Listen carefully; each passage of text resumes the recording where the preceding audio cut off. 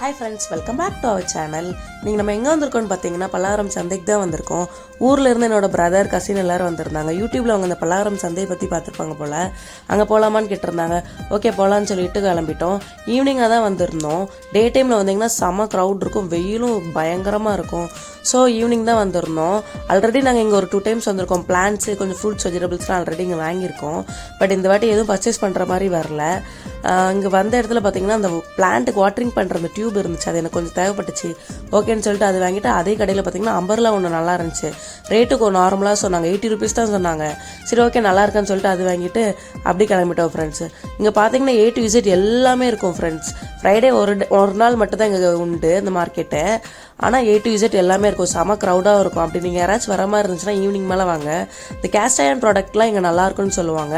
But நான் வாங்கினதில்லை, but நல்லாயிருக்குன்னு சொல்லுவாங்க. என் ஹஸ்பண்ட் பார்த்தீங்கன்னா ஒரு ஷூ ஷாப்ஸ் இருந்துச்சுன்னு சொல்லிட்டு அங்கே ஸ்டாப் பண்ணிட்டாங்க. அவங்கள்ட்ட சொன்னேன் குவாலிட்டிங்க பெருசாக நல்லா இருக்காதுங்க, வேண்டாங்கன்னு சொன்னேன். பட் அவங்களோட ஆசை சும்மா பார்க்கணுன்ட்டு பார்த்தாங்க. பட் அதே மாதிரி கையில் வாங்கி பார்த்துட்டு குவாலிட்டி நல்லா இல்லை, சரி கிளம்பலான்னு சொல்லிட்டு கிளம்பியாச்சு ஃப்ரெண்ட்ஸ். இந்த கையில் வச்சுருந்த அந்த அம்பர்லா அதுதான் நான் அந்த கடையில் வாங்கியிருந்தேன். அப்புறம் எனக்கு பார்த்திங்கன்னா எனக்கு கொஞ்சம் தூரம் நடந்தோடனே கொஞ்சம் பசிக்க ஆரம்பிச்சிடும். இங்கே பசிக்குது அப்படின்னு சொன்னேன்.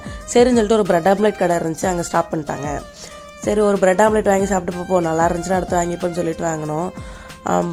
பிரெட் ஆம்லேட் பார்த்தீங்கன்னா திருநெல்வேலியில் உள்ளவங்களுக்குலாம் தெரிஞ்சிருக்கும், உள்ளே ஒரு ஸ்டஃபிங்ஸ் தருவாங்க, அது நல்லா டேஸ்ட்டாக இருக்கும். பட் சென்னையில் பார்த்தீங்கன்னா ஒரு மின் சட்னி மயனீஸும் போட்டு தான் தருவாங்க. பெருசாக அது அந்தளவுக்கு டேஸ்ட் இருக்காது. என் பையன் வேறு அது வாங்கின ஆர்வத்தில் தாத்தான்னு சொல்லி கேட்டான். கொடுத்ததுக்கப்புறம் அவனுக்கும் அந்த அளவுக்கு பிடிக்கல. பிரெட் ஆம்லேட்டு கொஞ்சம் ஆவரேஜாக தான் இருந்துச்சு. சரி ஓகேன்னு சொல்லிட்டு லைட்டாக சாப்பிட்டு வெளியே எங்கேயாவது வேறு எங்கேயாவது போய் சாப்பிட்டுக்கலாம் வாங்க அப்படின்னு சொல்லிட்டு கிளம்பியாச்சு. இன்னும் பேலன்ஸ் ஆனியன் டொமேட்டோ கொஞ்சம் வெஜிடபிள்ஸ் மட்டும் வாங்கிக்கலாம்னு சொல்லிட்டு வாங்கிட்டு ப்ரொக்கோலி இருந்துச்சு அதுவும் வாங்கிட்டு அப்படி கிளம்பிட்டோம் ஃப்ரெண்ட்ஸ்.